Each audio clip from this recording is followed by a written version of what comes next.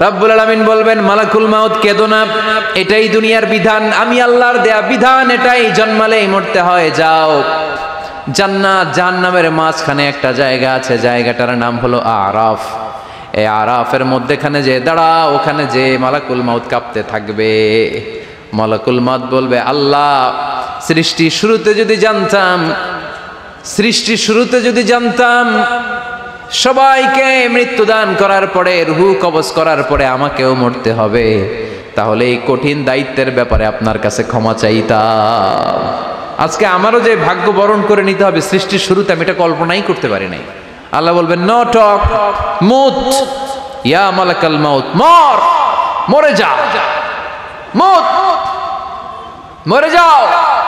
বলার সাথে সাথে মালাকুল মাউত এক বিকট চিৎকার হাঁকিয়ে মরে যাবে।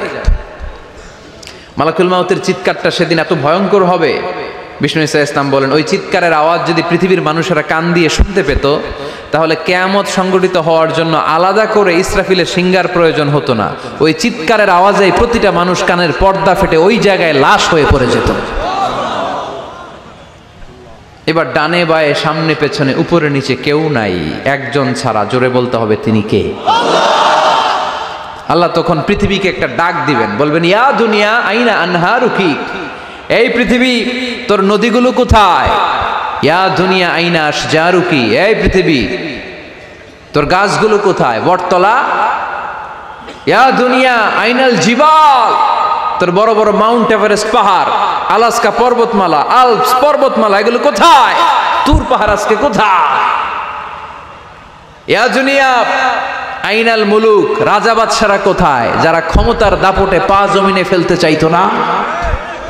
আইনাল জাবাবেরা, অত্যাচারী স্বৈরা শাসকগুলো আজকে কোথায়? কোথায় আজকে? কোনো আওয়াজ নাই। আল্লাহ তখন হুঙ্কার দিয়ে বলবেন, লিমানিল মুলকুল ইয়াউম, who belongs the kingdom today. আল্লাহ চিৎকার দিয়ে বলবেন, আজকে ক্ষমতা কার? আওয়াজ করে বলেন, সেদিন ক্ষমতা কার? আল্লাহ সেদিন প্রশ্ন করে নিজেই নিজের প্রশ্নের উত্তর দিবেন, লিমানিল মুলকুল ইয়াউমা লিল্লাহিল ওয়াহিদিল কাহ্হার। সেদিন ক্ষমতা